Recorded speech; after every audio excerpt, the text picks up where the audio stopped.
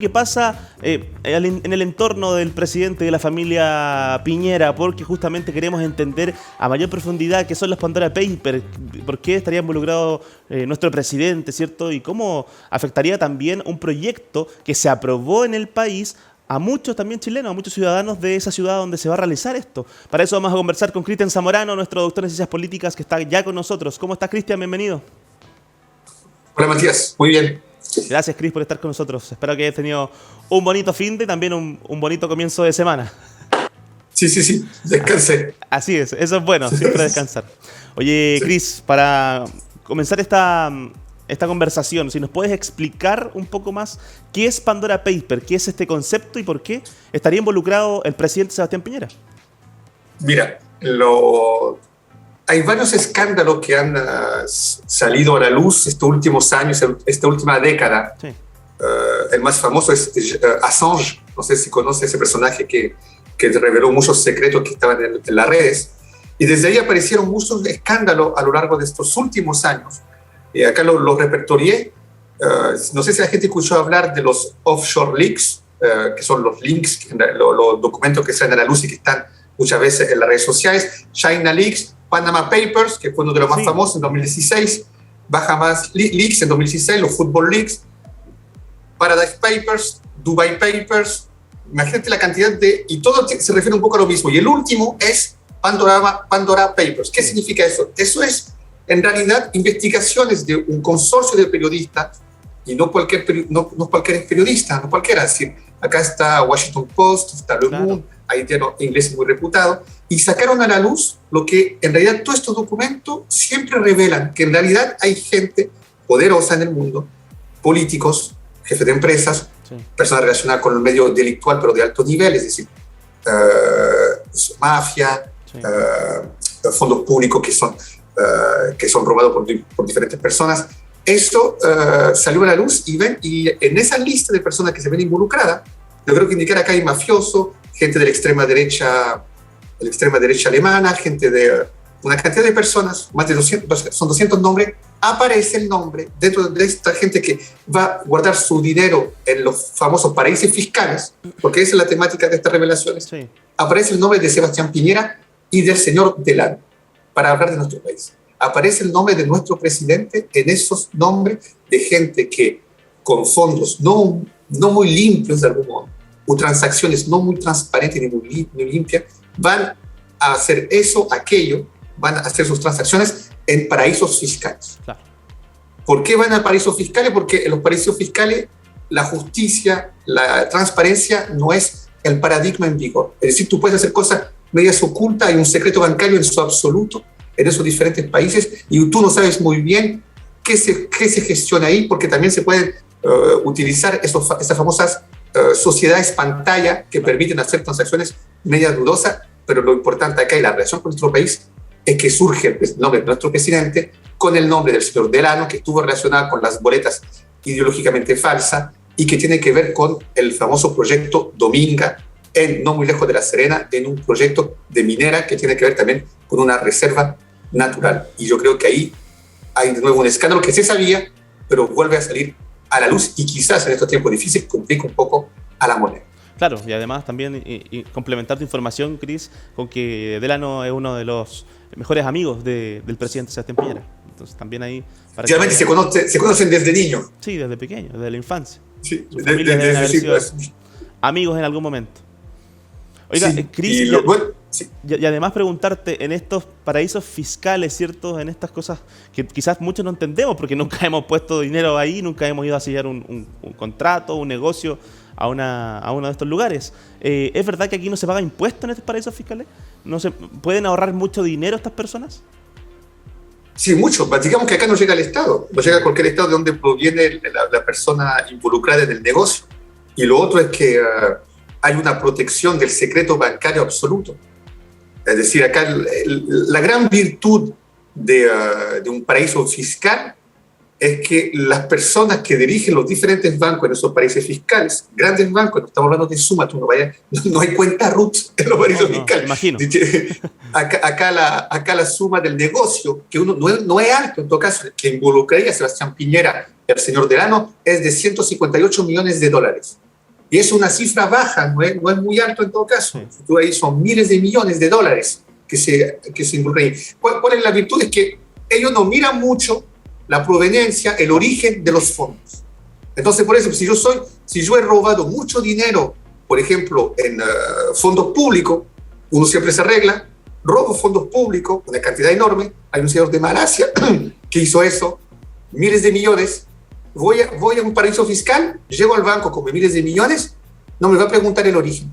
Y una vez que este integra el paraíso fiscal, el banco me lo protege absolutamente y no puede llegar a un estado, por ejemplo, Malasia, en este caso, decir, golpear a la puerta del banco y decirle, disculpe, nosotros estamos investigando, aparentemente estos fondos son públicos del Estado, ¿me podría dar información? El paraíso fiscal dice, no, y no tienes cómo obligarlo. Claro. Y acá hay algo de muy fuerte, porque si tú te fijas, todos los paraísos fiscales son pequeños estados que se esconden en grande. Y acá, ¿cuál es la novedad en los Pandora Papers? Para explicarme. No sé si tú conoces el estado de Dakota en Estados Unidos. Es el famoso un estado donde vive muy poca gente. ¿Ya? Y donde están las famosas retratos de los presidentes norteamericanos, el Monte Rushmore. Sí. ¿Ya? Ese estado, donde no vive muy poca gente, es un paraíso fiscal. Y ahí empezaron a encontrar numerosas cuentas bancarias de personajes dudosos. ¿Qué te quiero indicar acá? Que en realidad los grandes estados, como Estados Unidos, utilizan un pequeño estado al interior de su propio territorio nacional para crear un paraíso fiscal. Es decir, en realidad es como una especie de trampita que utilizan para hacer sus cosas medias oscuras, pero siempre muy cerca de aquello y siempre teniendo un ojo mirando lo que pasa ahí. Claro, bueno, y también por eso también lo hacen en islas, ¿o no? También muchas veces esto se hace alejado del continente, en islas muy pequeñas, y esta mismo, dicen que cuando se selló este trato, ¿cierto?, entre Piñera y Delano, habría sido en unas islas vírgenes. Absolutamente. En Inglaterra hay islas que paraísos fiscales, en Europa, Malta, Chipre, son islas pequeñas que están ahí en Europa, pero que también son paraísos fiscales. Y acá, Estados Unidos, como tú dices, son siempre pequeñas zonas, no muy lejanas de la zona principal, donde ahí se desarrollan los negocios. Claro, exacto. Bueno, ¿qué esperamos? Pues, ¿qué podemos esperar de esto, Chris? Ya le queda poco al gobierno actual de nuestro país. ¿Será que no le importa mucho que estas cosas se estén revelando? Pero yo encuentro que igual, ¿te imaginas la cantidad de escándalos que te mencioné al inicio de esta entrevista? Te estoy hablando que en menos de 5 años vamos como al número 8 o 9. Acá yo creo que es grave porque toda esta gente evade impuestos. Esto es lo que hacen. Y tener los grandes grupos económicos ahí, por ejemplo, veo imágenes de Manchester City, todas las zonas ricas del país están involucradas. Y acá, ¿cuál es el problema en el caso de Sebastián Piñera, lo que conocen de nosotros?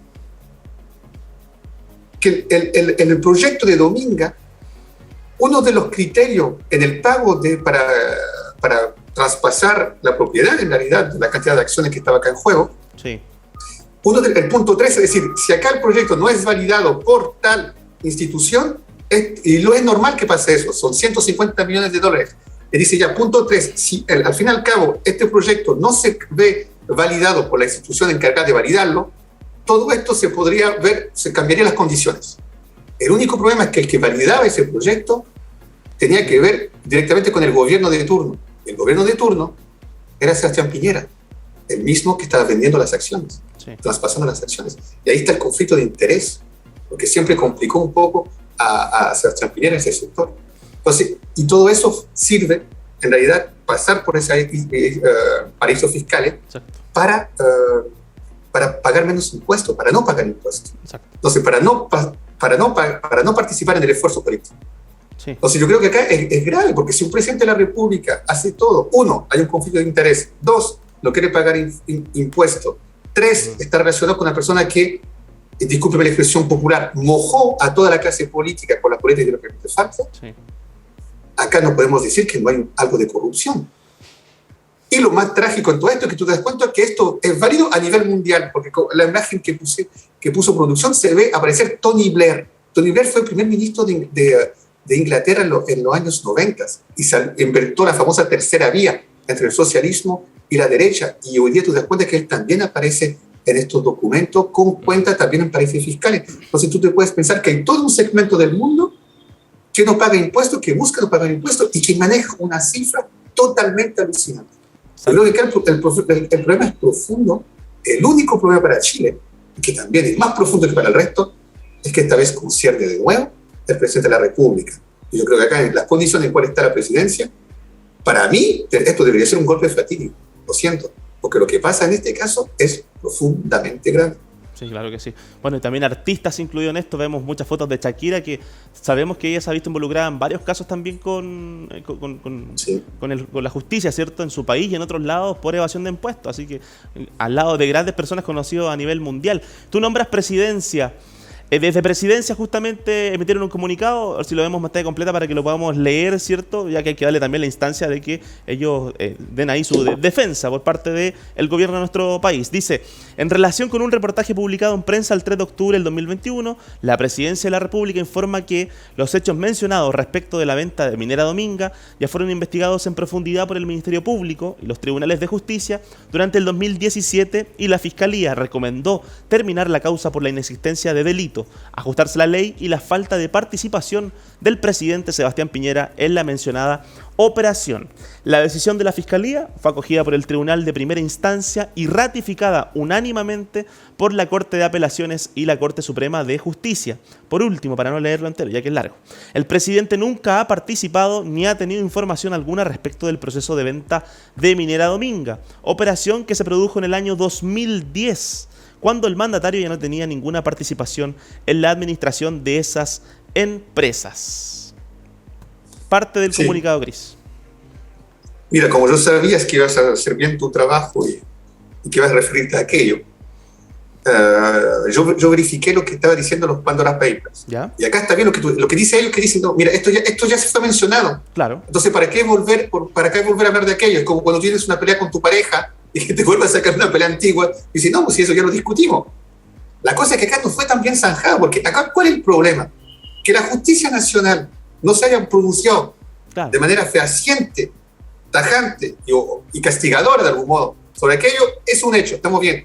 Pero si yo digo que el presidente de la República también está metido en el negocio de una parte por un lado y por el otro, ¿por qué no puedo pensar que también intervino en las decisiones que acá otorgó la justicia? Exacto. Podría pensar aquello, en primer lugar. En segundo lugar, ¿cuál es acá lo ofuscante, lo que pasó en los Pandora Papers? Y te lo voy a leer. Acá está involucrado el antiguo primer ministro Tony Blair, sí, el antiguo director general del Fondo Monetario Internacional, Dominique Strauss-Kahn, el presidente de Kenia, Uhuru Kenyatta, que también está culpado de varios crímenes, el primer ministro de Líbano, Najib Mikati, el rey de Jordania, Abdallah II, el primer ministro checo, André Babis, el presidente actual ecuatoriano, Guillermo Lasso, presidente de Ucrania involucrado, presidente del Gabón, primer ministro de Costa de Marfil, el primer presidente congolés del Congo, y sobre todo acá lo llamativo es que acá también está metido un tipo, no sé si conoces la serie Gomorra, que está en HBO Max, que habla de la mafia. Sí, el personaje que inspiró Gomorra, que habla de la mafia italiana en Nápoles, Raffaele Amato, también aparece en los nombres de esta encuesta, al igual que el personaje que ha robado el más dinero de fondo público en Malasia, que se llama Joe Low, y que utilizó esos fondos para comprar una cadena entera, instalar una cadena entera de hoteles de lujo en California. ¿Qué te quiero indicar acá? Que imagínate tú la gentuza que aparece acá y la destinación que tienen esos fondos, porque esos fondos tampoco se quedan ahí muertos. El interés de los países fiscales es que se crean empresas para poder después reinyectar los fondos. Exacto. Y como limpiarlo y inventar otro negocio limpio, legal, en diferentes partes del mundo. Acá habría que seguir la investigación y ver dónde llegó todo esto, los 150 millones de dólares, y en qué se reinvirtieron quizás. Sí. Entonces, como cuando tu nombre del presidente de la República, el primero de los ciudadanos de tu país, aparece con una tracalada de personas que están todas sospechadas de utilizar fondos públicos de mala manera, ¿cómo tú puedes simplemente sacar este comunicado? No está respondiendo al asunto principal, al interés de los Pandora Papers. Y yo creo que acá está la gravedad del asunto. Sí. ¿Por qué aparece el presidente de la República en una misma lista que un mafioso italiano? Esa es mi pregunta, esa es la pregunta que yo le haría. Y eso es lo que no me casa. Y va con otro experto, con otro nombre de otro jefe de Estado, que también están manchados en su historia. no sé, yo creo que acá el asunto es grave y una vez más, si no se levanta este tema por parte de medios serios como CIPER, esto hubiese pasado tranquilito. Y yo creo que acá el asunto es grave. Exacto, bueno, y además, yo sé, es cierto que los chilenos no quedan tranquilos con este tipo de comunicados tampoco, Cristian, para que estamos con cosas. Un comunicado así, cierto, que se difunda a través de redes sociales, que se viralice escrito en un... No nos deja tranquilos, sabiendo ya todo lo que pasa en el escenario político de nuestro país. Sí, no, absolutamente. El escenario político de nuestro país está totalmente inestable, líquido, como mucho le gusta enviar, absolutamente para nada. Pero acá lo que puede suceder, Matías, es que también hay un sector que va a temer a hundirse en esta crisis, porque es un escándalo más. Sí. Y uno puede resistir, mejor miremos para otro lado. Desde mi percepción, involucra simplemente mi opinión, no es que sea el guasón, pero yo prefería que se sepa la verdad. Sí. Y que se importa si hay un caos, porque el caos ya estamos en realidad. Acabamos de salir de una pandemia, estamos saliendo de una pandemia, quizás la oportunidad de poner todo de nuevo, de ver realmente la realidad como es. Exacto. Y acá este asunto, si complica el presidente antes de su salida, mala suerte, pero yo creo que es lo mejor para el país. Ahora es una opinión personal, pues quizás mejor esperar tranquilito, que pasen las 7 semanas entre la elección, hasta marzo del próximo año, mirar para otro lado y dejar que Sebastián Piñera termine su mandato. Pero yo creo que esto es demasiado grave para dejar pasar. Sí, pues, así que vamos a estar atentos también. Noticia en desarrollo, ¿cierto? Esto se supo recién la jornada del día domingo, hace muy pocas horas, así que vamos a estar atentos a lo que siga pasando con esto y a ver si también da una declaración más oficial por parte del mismo presidente Sebastián Piñera en las próximas horas. Cambiemos de tema, Cris, porque la encuesta CADEM, ¿cierto?, deja a Kast como segunda opción, es decir, quedaría Gabriel Boric, José Antonio Kast y en el tercer lugar vendría recién Sebastián Sichel. Y no es poca la diferencia, no es un punto, son varios. Sí. ¿Es una sorpresa? Es una sorpresa.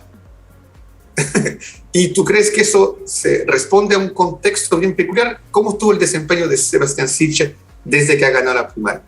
Igual no ha tenido ningún éxito no ha tenido ningún éxito comunicacional. Exacto. Y José Antonio Kast, creo que éramos o no, fue el gran ganador del debate. Sí. El único que ha ocurrido hasta ahora. Entonces, que esté surgiendo esta dinámica, a mí me parece que responde a una cierta lógica. Y lo más llamativo es que en segunda, como tú dices, la diferencia igual no es menor entre él y Sichel según esta encuesta.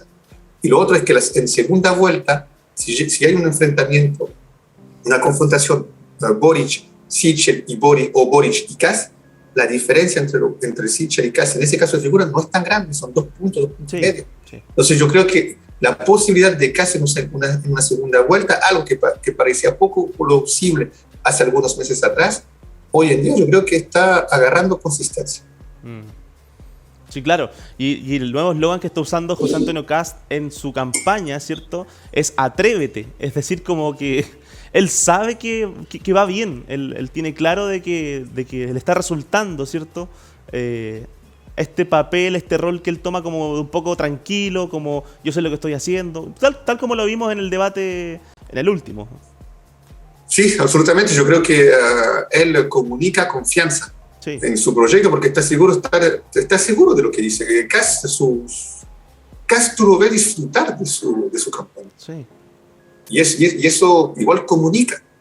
A pesar que diga cosas a veces brutalidades, pero él cree en lo que dice. Sí. Y eso es lo propio de los extremos en todo caso, porque tú ves el señor Artes, también decía una cantidad enorme de brutalidades y se vio muy relajado en el debate. Sí, claro. Yo creo que José Antonio Kast, cuando dice atrévete, le está diciendo a los de derecha, atrévete a votar por mí, por esta derecha. Sí. Mucho más conservadora y todo eso. Sí. Y yo creo que le está resultando porque se están alineando los planetas. Su eslogan es bueno, como tú bien lo señalaste. Él está teniendo un muy buen desempeño. Sichel está cometiendo errores no forzados, como el último que concernió su situación familiar, donde el papá salió a hablar en una entrevista. Entonces todo eso hace que es vaso comunicante, lo que pierde Sichel lo infla, lo está ganando Kast. Y esa dinámica que se está instalando es muy difícil. A 7 semanas del comicio definitivo, la primera vuelta en todo caso, Sí. de revertir aquello. Y yo creo que ya el relato épico que se está instalando es Kast en una segunda vuelta. Pero bueno, quizás van a pasar muchas más cosas de aquí en adelante. No olvidemos que el señor Kast también lo pillaron con cuenta en paraíso fiscal, en todo caso. También, pues sí. También. Sí. Entonces, nunca sabe lo que puede pasar de aquí a 7 semanas, pero por el momento, al día de hoy, el relato de Kast está dominando el relato político y de candidato del señor Sebastián Sichel. Claro que sí. Bueno, y a Sebastián Sichel le sigue lloviendo sobre mojado, ¿cierto? Tal como decimos aquí en nuestro país, porque salió una entrevista de su papá y su papá le desvalida todo el relato que traía Sebastián Sichel de un principio. Dice: Sebastián nunca fue vulnerable. Es el padrastro, ¿cierto? De Sebastián Sichel que vio hace muy pocas semanas, hace menos de una semana, hace 3-4 días. Bueno, una semana, sí. Dice: no entiendo para qué describe algo que es una realidad disfrazada. Fue durante 8 años que Sebastián Sichel ha costado esta historia, ¿cierto? De su niñez, también de su adolescencia. Él dice que vivió en una casa tomada en Concón y esto se lo desvalida quien fue su primer padre. Sí, la defensa de Sebastián Sichel también salió la hermana hablando. Sí, también salió la hermana. No sé si viste ese video en las redes sociales. Sí.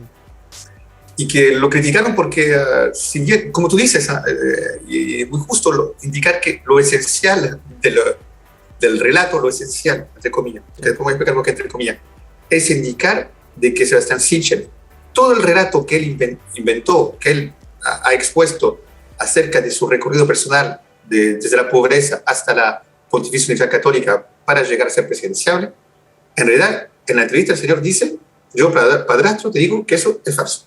Sí. En relación con el relato político. Pero la defensa de Sebastián Sichel, ¿cuál fue? Que él era un maltratador de mujer y que el diario, que The Clinic, en este caso, está banalizando esa violencia que es intrafamiliar. Y yo creo que acá hay una cosa que podemos discutir. Se condena la violencia intrafamiliar, se condena la violencia en general y aún más contra la mujer, podríamos decir. Pero acá, de un punto de vista político, Sebastián Sichel fue él mismo que puso en las palestras mediáticas su vida personal. Claro. Que lo vengan a golpear en el curso de una campaña, que siempre es brutalísima, una campaña violenta, sobre ese mismo aspecto de su vida, es absolutamente lógico. Si yo expuse mi vida personal, es obvio que si me atacan, pueden que me ataquen sobre mi vida personal. Sí, claro. Y además, la salida de la hermana expone a mí, en todo caso, expone una intimidad muy grande de un problema familiar. Sí. Pues le dice a su padre: olvídame como tú me olvidaste cuando yo tenía 9 años. Sí. Es fuertísimo, y estamos hablando de una campaña presidencial para llegar a ser presidente de la República. Yo encuentro que acá esto se distorsionó. No juzgo para nada. No creo que tenía algo que ver directamente con la campaña. Así, igual entiendo lo brutal que fue la salida del papá, la entrevista, todo esto. De manera desafortunada, en una campaña pasa eso. Recuerda a Goldberg, cómo se desinfló, le ocurrieron muchas cosas. Acá Sebastián Sichel, yo creo que no tenía poco que ver con su figura de candidato. Es decir, personalmente, yo no soy de juzgar a través de la vía privada, pero yo creo que podría seguir la campaña de Sebastián Sichel a pesar de esa salida. No me gustó su respuesta, no me gustó que sigamos abundando en lo íntimo y en lo personal, pero aparentemente fue fue sobre eso que respondió, y yo encuentro que para mí no creo que haya sumado puntos con aquella respuesta, con aquella tónica. Claro. Y yo creo que se ha complicado su campaña después de esta polémica, más que revelaciones, porque vimos que habían dos visiones cerca del mismo hecho. Claro. Ahí estamos viendo la imagen de quien habría sido, ¿cierto?, el primer padre de Sebastián Sichel, que es Saúl Iglesias. Por eso después se cambia. Y por eso cambió el mundo, sí. Sí. Le preguntan a Sebastián Sichel, bueno, él cuenta también dentro de su relato, ¿cierto?, que viajaba en autos con los vidrios quebrados, que dormían en cualquier lugar con adictos. Él lo ha contado, Sebastián Sichel, en voz de él, ¿cierto?, en un viaje que hicieron con el papá por algunos lugares de Sudamérica. Dice que no es como lo pinta Sebastián, que parece más cómo se vienen caminando de Colchane para acá los venezolanos, dice él.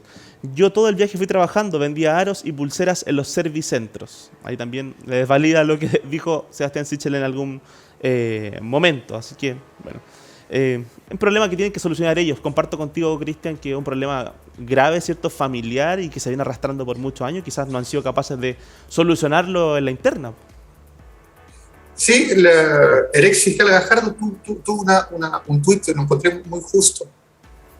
Indicó que lo que se puede leer en la entrevista no influye, no tiene que ver con la capacidad de Sebastián Sichel de ser presidente, y por su parte él no veía nada de malo en aquello.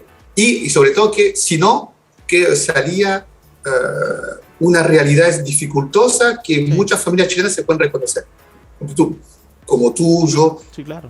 Uno no, ¿por qué no expone su intimidad familiar, que no tiene dificultad? Yo creo que muchas familias chilenas tienen dificultad. Sí. Entonces, quizás en esa empatía yo lo hubiese... como si, eso es lo que yo hubiese vendido políticamente. Que yo, en realidad, este problema es muy complejo y con muchos chilenos estoy dentro de un problema familiar complejo. Claro. Pero quizás ahondar más y tomar punto por punto, debatir lo que declara el señor, entrar en una pelea familiar y exponerla a la palestra pública. Eso es lo que yo reprocho. Y no estoy seguro que, si bien ya no fue totalmente verdad lo que dijo todo eso, pero creó un relato político sobre aquello, después entrar en los detalles, yo creo que eso puede molestar la opinión pública chilena, que, sí. Bueno, entonces yo soy de una generación, o mi padre es una generación, donde divulgar, hablar de la familia, o incluso hasta los sentimientos de carácter familiares, es algo, hay un cierto pudor por aquello. Exacto. Quizás eso ha cambiado con Facebook, todo eso, porque a veces veo tremendas declaraciones de hijos, entonces, testimonios. Sí, no es mi estilo en todo caso, pero yo creo que todavía sigue eso presente en la idiosincrasia chilena. Yo creo que no ha ganado puntos con el hecho de exhibir aquello. Yo te digo, es una opinión personal. Para mí, como nunca fui adepto mucho de los cagüines, disculpen la expresión, prefiero juzgar a Sebastián Sichel simplemente sobre el error de su relato, que todavía no contradecir, y ver cómo se va a desempeñar en los próximos debates, diferentes propuestas y todo aquello, porque justamente con lo que vemos suceder en la actualidad, quizás hay puntos de desarrollo más interesantes para el relato político de aquí a nada. Y esto se pone cada vez más interesante, Cristian. Va quedando menos tiempo, ¿cierto? Va quedando menos tiempo, para decidir por quién vamos a votar. Yo sé que hay mucha gente que todavía no tiene idea por quién va a votar. Los últimos debates los han dejado con más dudas. Los últimos debates los han dejado con más interrogantes. De verdad que sí. ¿O no? Ve los sondeos. Estamos entre 20 y 30% de gente que no sabe por quién va a votar. Exacto. Como tú dices, es enorme. Exacto. Es un tercio del electorado.